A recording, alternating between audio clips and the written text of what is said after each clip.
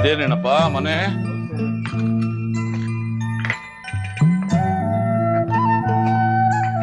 ಮನೆಯಲ್ಲಿ ಯಾರಿದ್ದೀರಿ? ನಂಜಮ್ಮ,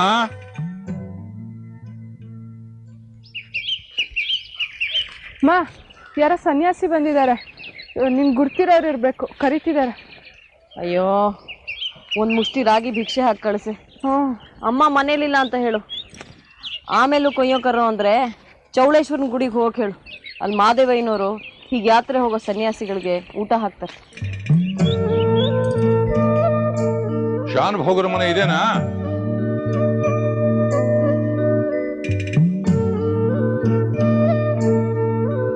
ತಗೊಳ್ಳಿ, ಜೋಳಿಗೆ ಹಿಡೀರಿ.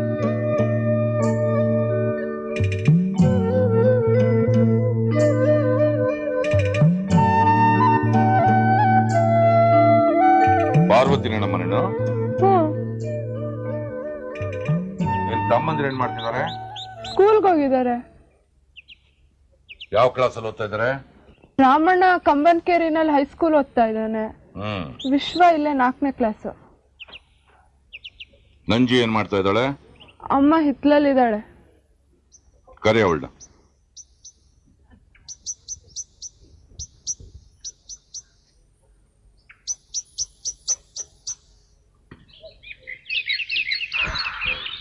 ಅಮ್ಮ ನಿನ್ನೆ ಕರೀತಾ ಇದ್ದಾನೆ. ಬಂದಿರೋದು ಭಿಕ್ಷೆ ಬಿಡಕಾದ್ರೂ ಈ ಸನ್ಯಾಸಿಗಳ ಸೊಕ್ಕಿಗೇನು ಕಮ್ಮಿ ಇಲ್ಲ. ಹೌದಮ್ಮ, ತುಂಬಾ ದಿಮಾಕ್ನವನು ಅಂತ ಕಾಣಿಸುತ್ತೆ. ನಿನ್ನ ನಂಜಿ ಗಂಜಿ ಅಂತೆಲ್ಲ ಕರೀತಾನೆ.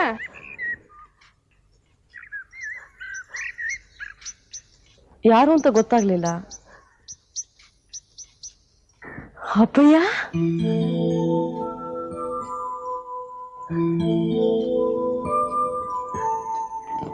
ಇವ್ ನಿಮ್ಮ ಅಜ್ಜಿ ಯಾಕಣೆ? ಸುಮಂಗಲಿ ಭವ. ಯಾವಾಗ ಬಂದೆ? ಏನ್ ಕತೆ? ಆಯ್ತು, ಒಂದು 15-20 ದಿವಸ ಆಯ್ತು. ಅಜ್ಜಿ ಅತ್ತಿಗೆ ಎಲ್ಲ ಚೆನ್ನಾಗಿದ್ದಾರ?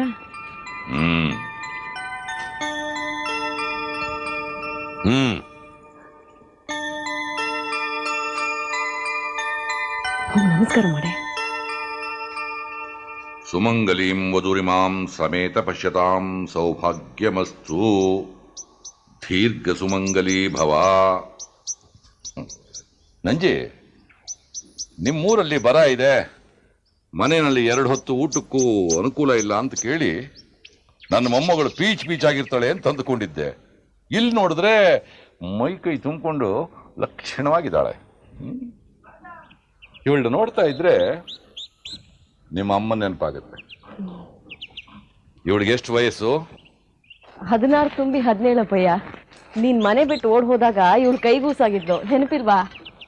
ನಾನು ಓಡಿ ಹೋಗ್ಲಿಲ್ಲ, ನಾನು ಹೋಗಿದ್ದು ತೀರ್ಥಯಾತ್ರೆಗೆ. ಮತ್ತೆ ಪೊಲೀಸ್ನವ್ರು ಹಿಡ್ಕೋತಾರೆ ಅಂತ ನೀನ್ ಹೆದರ್? ಯಾರು ಹೇಳಿದ್ದಾಗಂತ? ಮಾದೇವಯ್ಯನವರು? ಆ ಜಂಗಮ ಹಿಂಗೇನು ಗೊತ್ತು? ಲೋಕಾಚಾರ. ನಾನು ಹೋಗಿದ್ದು ಪುಣ್ಯಾರ್ಜನೆಗೆ.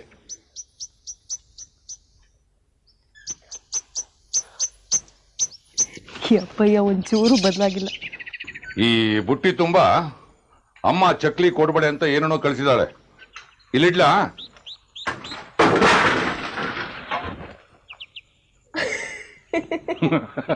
ಅಪ್ಪಯ್ಯ, ಇದು ಬಡವ್ರ ಮನೆ. ನಿನ್ ಸಿಟ್ಟಿನ ಪ್ರದರ್ಶನ ಇಲ್ಲಿ ಮಾಡಿದ್ರೆ ಇಡೀ ಮನೆನೇ ಕುಸಿದು ಬೀಳುತ್ತೆ. ಹಳಿ ಮಹಾರಾಜರು ಎಲ್ಲೋಗಿದ್ದಾರೆ? ಯಾರ್ದೋ ಮನೆ ಜಗಲಿ ಮೇಲೆ ಕೂತು ಹುಲಿ ಕುರಿ ಆಡ್ತಾ ಇರ್ತಾರೆ. ಸ್ವಲ್ಪ ಅವ್ರನ್ನ ಕರ್ಸು. ನಿನ್ನ ಹತ್ರ ಅವ್ರ ಹತ್ರ ಮಾತಾಡೋದಿತ್ತು. ರಾತ್ರಿ ಊಟಕ್ಕೆ ಬರ್ತಾರೆ, ಆಗ್ಲೇ ಮಾತಾಡು. ಆಗೋದಿಲ್ಲ, ನಾನು ಸಂಜೆ ಹೋಗ್ಲೇಬೇಕು.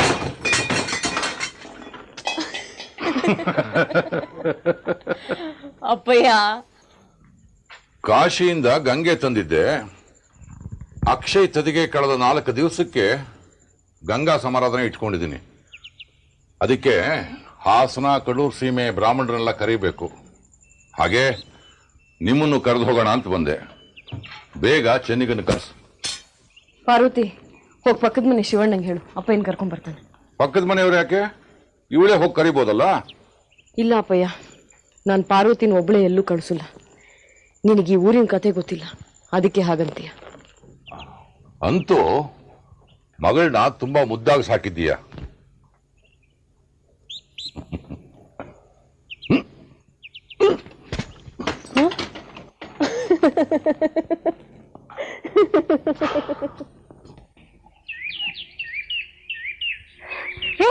ಬಂದ್ರು, ಬೇಗ ಬಂದ್ರು.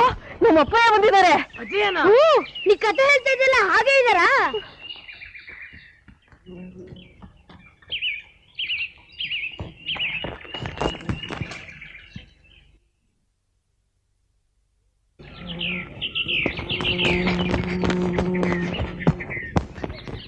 ಇದೇನಮ್ಮ ಇದು?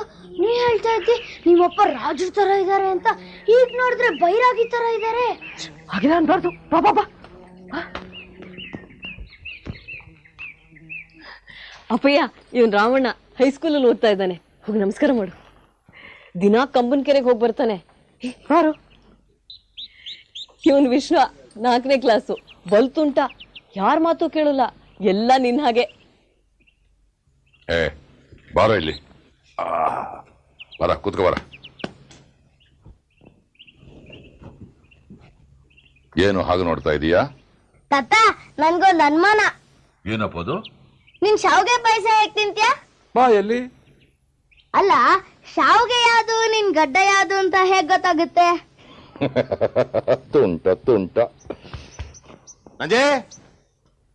ನಂಜೆ ಮುಂಡೆ, ಯಾಕೆ ಹೇಳಿ ಕಳಿಸಿದ್ದು? ಯಾರು ಬಂದಿದ್ದಾರೆ ನೋಡಿ. ಯಾರು? ನೋಡಿ ಯಾರು ಅಂತ. ಯಾರಾದ್ರೇನಂತೆ? ನನ್ನ ಆಟ ಮುಗಿದ ತನಕ ಕಾಯ್ಕ ಅಲ್ವಾ? ಅಯ್ಯೋ, ಈ ಕ್ಷಣನೇ ಕರ್ಸು ಅಂದ್ರು. ಹೋಗಿ ನೋಡಿ. ಅದೇನ್ ಆತರ ಆಗಿತ್ತಂತೆ ಆ ಮುಂಡೆ ಮಗುಂಗೆ?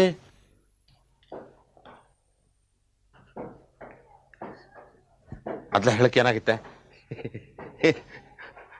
ಮಾವಯ್ಯ, ಯಾವ ಬಂದ್ರೆ? ಚೆನ್ನಾಗಿದ್ದೀರಾ? ನೀವು ಬಂದಿದ್ದೀರಾ ಅಂತ ಈ ಮುಂಡೆ ನಂಗೆ ಹೇಳಲೇ ಇಲ್ಲ. ನೀವು ಸತ್ತೋಗಿದ್ದೀರಾ ಅಂತ ನಾವೆಲ್ಲ ತಿಳ್ಕೊಂಡಿದ್ವಿ. ಆಮೇಲೆ 500 ಬಂದು ಹೇಳಿದ್ರು, ಇಲ್ಲಪ್ಪ ಅವ್ರು ಬದುಕಿದ್ದಾರೆ ಅಂತ. ನಾನು ಸತ್ತಿಲ್ಲ ಅಂತ ಕೇಳಿ ನಿಮಗೆ ಬೇಸರ ಆಗಿರ್ಬೇಕಲ್ಲ? ಹೌದು.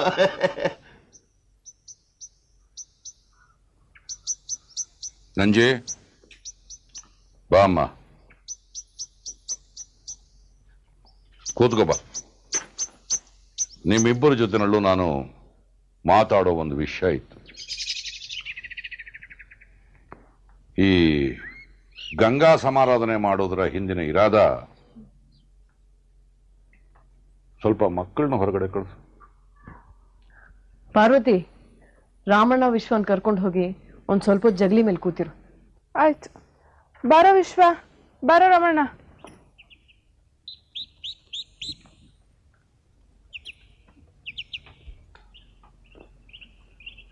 ಗಂಗಾ ಸಮಾರಾಧನೆ ಹಿಂದಿನ ಇರಾದ ನಾನು ಕಾಶಿಯಿಂದ ತಂದ ಗಂಗಾ ಜಲವನ್ನ ಎಲ್ರಿಗೂ ಹಂಚೋದಲ್ಲ. ಮತ್ತೆ ಕಲ್ಲೇಶ ಕಮಲು ಸಂಸಾರ ರಂಪ ರಾದ್ದಾಂತ ಆಗೋಗಿದೆ. ಅದನ್ನ ಇತ್ಯರ್ಥ ಮಾಡೋದಿಕ್ಕೆ. ಅದು ಸಿಕ್ಕಾಗೋದಕ್ಕೆ ಕಾರಣ ಅತ್ತಿಗೆ ಅಲ್ಲ, ಕಲ್ಲೇಶನ್ನೇ. ಹೊಂದ್ಕೊಂಡು ಹೋಗಕ್ಕೆ ಅತ್ತಿಗೆ ಎಷ್ಟು ಪ್ರಯತ್ನ ಪಡ್ತಿದ್ರು ಗೊತ್ತಾ? ನಂಜಿ, ನೀನು ಅತ್ತಿಗೆ ವಹಿಸ್ಕೊಂಡು ಮಾತಾಡಬೇಡ. ಮನೆಯಲ್ಲಿ ಏನ್ ನಡೀತಾ ಇತ್ತು ಅಂತ ನನಗೆ ಗೊತ್ತಾಗಿದೆ. ನೋಡು ನಂಜಿ, ಸಂಸಾರ ಅನ್ನೋದು ಒಂದು ಕನ್ನಡಿ ಇದ್ದ ಹಾಗೆ. ಅದು ಚೆನ್ನಾಗಿರುವಾಗ ಪ್ರತಿಯೊಂದು ಸುಂದರವಾಗಿ ಕಾಣಿಸುತ್ತೆ. ಅದೇ ಕನ್ನಡಿ ಒಡೆದು ಹೋದ್ರೆ ನಮ್ಮಲ್ಲಿರೋ ಒಂದು ಲೋಪ ಪ್ರತಿ ಚೂರಲ್ಲೂ ಕಾಣಿಸ್ಕೊಂಡು ಇದೇನಪ್ಪ ಇಷ್ಟೊಂದು ಲೋಪದೋಷ ಇದೆಯಲ್ಲ ಅಂತ ಅನ್ಸುತ್ತೆ. ಒಡೆದೋಗಿರೋ ಕನ್ನಡಿನ ಜೋಡ್ಸೋಕ್ಕಾಗತ್ತಾ? ಜೋಡಿಸಿದ್ರೆ ಅದರಿಂದ ಏನಾದರೂ ಪ್ರಯೋಜನ ಇದೆಯಾ? ಇಲ್ಲ. ಅದಕ್ಕೆ ಒಂದು ಹೊಸ ಕನ್ನಡಿ ತರೋದೇ ಸೂಕ್ತ ಅಲ್ವಾ? ನೀವೇನಂತೀರ ಅಳಿ? ಅಂದ್ರೆ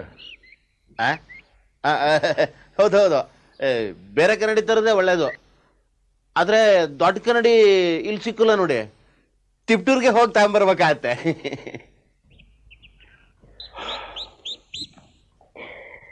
ನೀನ್ ಹೀಗ್ ಸುತ್ತಿ ಬಳಸಿ ಮಾತಾಡಿದ್ರೆ ಅವ್ರಿಗೆ ಹೇಗೆ ಅರ್ಥ ಆಗ್ಬೇಕಪ್ಪಯ್ಯ? ಅದೇನ್ ಹೇಳ್ಬೇಕು ಅಂತಿದ್ಯೋ ನೇರವಾಗಿ ಹೇಳು.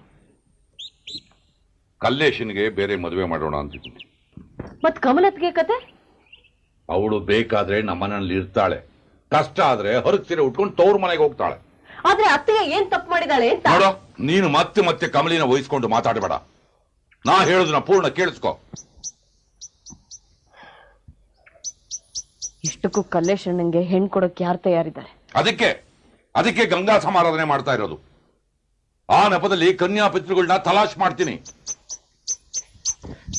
ಎಲ್ಲಿಗೆ ಹೊಟ್ಟೆ? ಕೂತ್ಕೋ. ವಿಷಯ ನಿನಗೂ ಸಂಬಂಧಪಟ್ಟಿರೋದನ್ನ ನೀನು ಕೇಳಿಸ್ಕೊಳ್ಳೇಬೇಕು. ಇಲ್ಲ, ನಾನು ಕೂತ್ಕೊಳ್ಳಲ್ಲ, ನಿಂತ್ಕೊಂಡೇ ಇರ್ತೀನಿ. ಅದೇನ್ ಹೇಳ್ತೀಯೋ ಹೇಳು. ನಾನಿಲ್ಲಿಗೆ ಬಂದಲ್ಲ, ಬಂದ ಮೇಲೆ ನನಗೆ ಅನ್ನಿಸ್ತಾ ಇದೆ ಗಂಗಾ ಸಮಾರಾಧನೆಗೆ ಹಣ ಖರ್ಚು ಮಾಡೋ ಅಗತ್ಯನೇ ಇಲ್ಲ ಅಂತ. ಅದೇನೋ ಗಾದೆನೇ ಇದೆಯಲ್ಲ, ಅಂಗೈಯಲ್ಲಿ ಬೆಣ್ಣೆ ಇಟ್ಕೊಂಡು ತುಪ್ಪಕ್ಕೆ ಊರೆಲ್ಲ ಹುಡುಕಾಡಿದ್ರು ಅಂತ. ಹಾಗಾಯ್ತು ನನ್ನ ಕತೆ. ನಂಜಿ, ನಾನು ನೀನು ಬೀಗರಾದ್ರೆ ಹೇಗೆ? ಏನ್ ಹೇಳ್ತಾ ಇದೀಯಪ್ಪಯ್ಯ ನೀನು? ನಾನು ನೀನು ಬೀಗರಾಗೋದಾ? ಹೌದಮ್ಮ. ನಾವು ಪಾರ್ವತಿನ ಕಲ್ಲೇಶನಿಗೆ ಕೊಟ್ಟು ಮದುವೆ ಮಾಡಿಬಿಡೋಣ. ಹಾಗಿದ್ರು ಕಲ್ಲೇಶನಿಗೆ ಪಾರ್ವತಿ ತುಂಬಾ ಚೆನ್ನಾಗಿ ಗೊತ್ತಿದೆ. ಹೀಗಾಗಿ ಅವರಿಬ್ಬರ ನಡುವೆ ಯಾವ ಒಡಕು ಬರೋದಿಲ್ಲ. ಹಾ ಅಲ್ವಾ? ಅಪ್ಪಯ್ಯ, ನಿನಗಿಂತ ಯೋಚನೆ ಹೇಗಾದ್ರೂ ಹುಟ್ಟಕ್ ಸಾಧ್ಯ? ಕಲ್ಲೇಶಣ್ಣಂಗೆ 37 ತುಂಬ್ತಾ ಬಂತು, ಪಾರ್ವತಿಗಿನ್ನು 17. 20 ವರ್ಷದ ಅಂತರ ಇದೆ ಅನ್ನೋ ಕಾರಣಕ್ಕಾದ್ರೂ ನಿನಗಿಂತ ಯೋಚನೆ ಬರಬಾರ್ದಿತ್ತು. ವಯಸ್ಸಿನಲ್ಲಿ ಅಂತರ ಇದ್ರೆ ಏನಾಗುತ್ತೆ? ನಮ್ಮ ಅಜ್ಜಂಗೂ ಅಜ್ಜಿಗೂ 40 ವರ್ಷ ವ್ಯತ್ಯಾಸ ಇತ್ತು, ಗೊತ್ತಾ?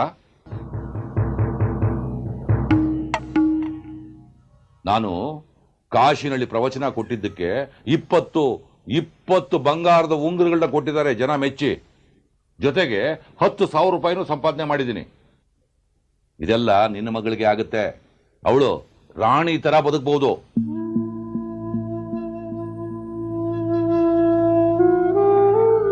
ನೀವೇನಂತೀರ ಚೆನ್ನಿಗರಾಯ್ರೆ?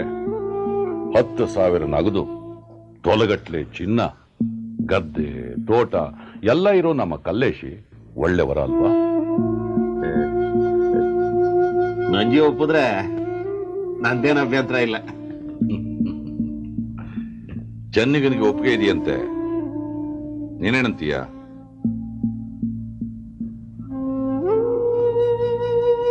ಯಾಕೋ ನಂಜಿ ಮಾತಾಡ್ತಾ ಇಲ್ಲ?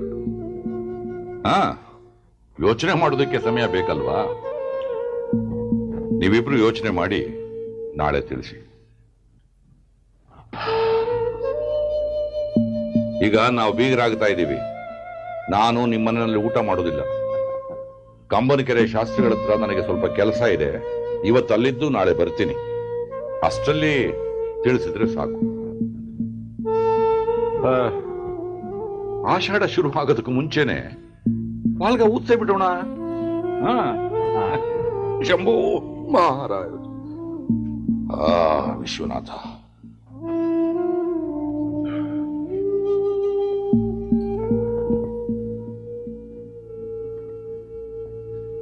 ಅದ್ ಹೇಗ್ರಿ ಮದ್ವೆಗೆ ಒಪ್ಕೊಂಡ್ರಿ? ಕಲ್ಲೇಶಣ್ಣಂಗೆ ವಯಸ್ಸು ಜಾಸ್ತಿ, ಅವ್ನ್ ನಡತೆ ಬರೀ ಸರಿ ಇಲ್ಲ ಅಂತವನ್ಗೆ ನಮ್ ಪಾರ್ವತಿನ್ ಕೊಡೋಕೆ ಹೇಗ್ರಿ ಮನ್ಸಾಗತ್ತೆ?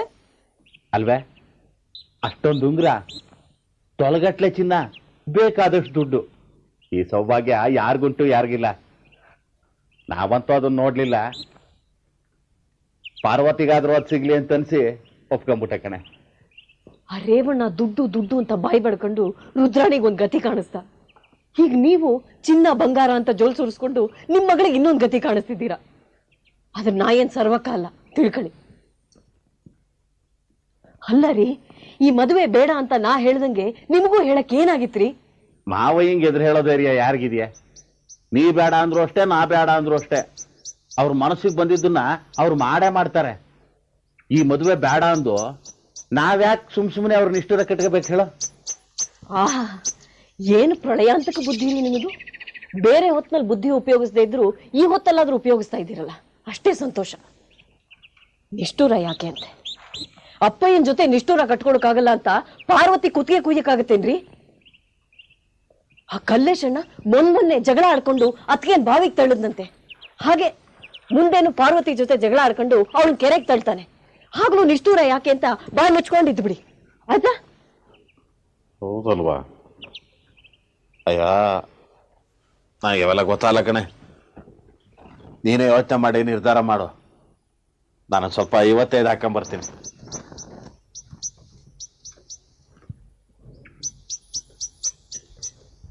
ಮಹಾದೇವ ನಿನ್ನ ಪೂಜೆ ಮಾಡುವ ಮನ ಕೊಡು ಮಹಾದೇವ, ಶಂಭೋ ಮಹಾದೇವ. ಮಹಾದೇವ ನಿನ್ನ ಪೂಜೆ ಮಾಡುವ ಮನ ಕೊಡು ಮಹಾದೇವ, ಶಂಭೋ ಮಹಾದೇವ.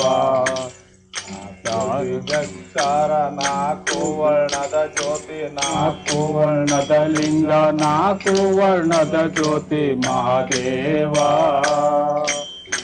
ಮಹಾದೇವ ನಿನ್ನ ಪೂಜೆ ಮಾಡು ಐನೂರೇ ಕೊಡು ಮಹಾದೇವ. ಬಾವ ಬಾ, ನೀ ಬರ್ಬೋಯ್ದು ಅಂತ ಅನ್ಕೊಂಡಿದ್ದೆ. ಇಷ್ಟೊತ್ತು ಚೆನ್ನಿಗಪ್ಪ ಇಲ್ಲೇ ಕುಂತಿದ್ರು.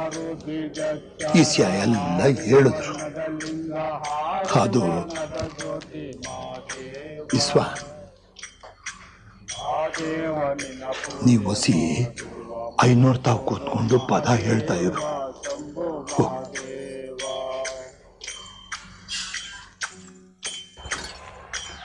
ಐನೂರೇ, ನಂಗೆ ತುಂಬಾ ಭಯ ಆಗ್ತಾ ಇದೆ.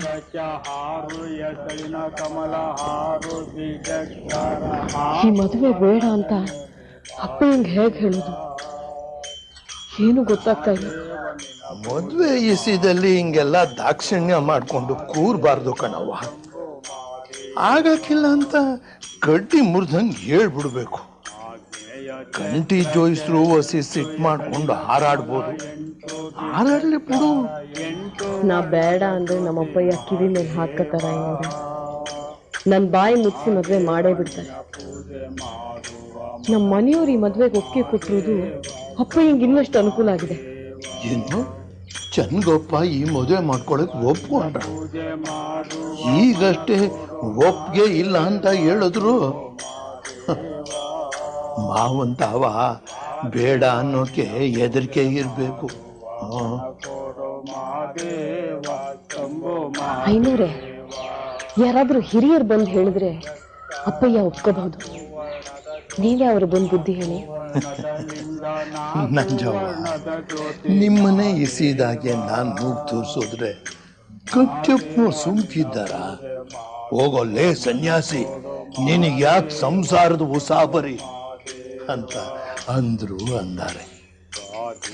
ಚಕ್ರಕ್ಕೆ ಹಾರು ಎಸಳಿನ ಕಮಲ ಹಾರು ಬೀಜಚಾರ ಹಾರು ವರ್ಣದ ಗಂಗವಂತ ಹೇಳ್ಸಿದ್ರೆ ಜ್ಯೋತಿ ನಿಮಗೆಲ್ಲೋ ಭ್ರಾಂತು ಐನೂರೇ. ನಾನು ಅತ್ತೆ ಜೊತೆ ಮಾತು ಬಿಟ್ಟೆ 4-5 ವರ್ಷ ಆಗಿದೆ. ಈಗ ಕರೆದ್ರೆ ಬರ್ತಾರ, ಅದು ನಮ್ಮ ಅಪ್ಪಯ್ಯನ ಬುದ್ಧಿ ಹೇಳೋಕೆ. ಹಂಗಾದ್ರೆ ಈಗ ಏನ್ ಮಾಡುವ? ಚಕ್ರಕ್ಕೆ ಹಾರು ಎಸಳಿನ ಕಮಲ ಹಾರು ಬೀಜಕ್ಷರ ಹಾರು ವರ್ಣದಲ್ಲಿ ಏನವ್ವ? ಹಿಂಗ್ ಮಾಡಿದ್ರೆ ಹೆಂಗೆ? ನಿನ್ನ ಪೂಜೆ ಮಾಡುವ ಮನ ಕೊಡು ನಾವು ಅಲ್ಲೇ ಅಂತ ಪಾರ್ವತಿನೇ ಹಠ ಮಾಡಿ ಕುಂತ್ಕೊಳ್ಳಿ. ಹುಡುಗಿನೇ ಹಿಂಗಂತಾಳೆ, ನಾ ಏನ್ ಮಾಡಕ್ಕಾಯ್ತದೆ? ಋಣಾನುಬಂಧ ಇಲ್ಲ ಅಂತ ಹೇಳಿ ನೀ ಜಾರ್ಕೊಂಡ್ಬಿಡವ.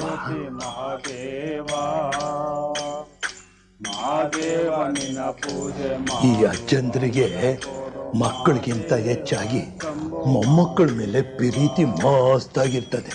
ಹಂಗಾಗಿ ಅವ್ರ ಮಾತು ಒಪ್ಕೊಂಡ್ಬಿಡ್ತಾರೆ, ಹಠ ಮಾಡಕ್ಕಿಲ್ಲ. ಏನೇನೋ ಮಾಡಾಯ್ತು,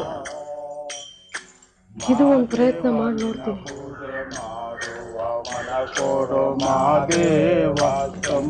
ವಿಶ್ವ, ಬಾ ಮನೆಗೆ ಹೋಗ.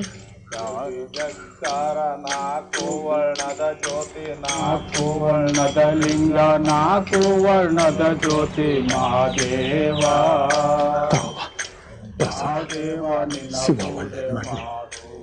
ಮಂಗಿರಾಯ ತಾತ, ಮಹಾದೇವ ಶಂಭೋ ಮಹಾದೇವ. ಬರ್ತೀರಿ ಏನು?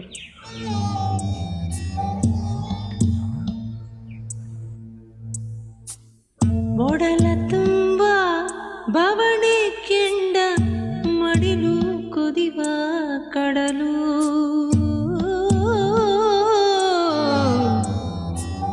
ದಿನವೂ ಪ್ರಶ್ನೆ ಮೇಲೆ ಪ್ರಶ್ನೆ ಎರಗಿ ಸಿಡಿವ ಸಿಡಿಲು.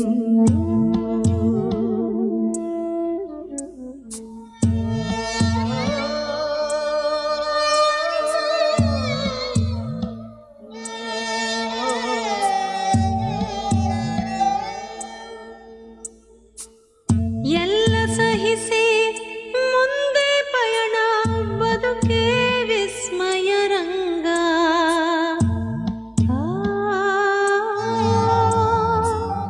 ಎಲ್ಲೋ ಅಡಗಿ ಕುಳಿತ ಬಾಣ, ಇರವು ವಿಷಮ ಸಂಗ.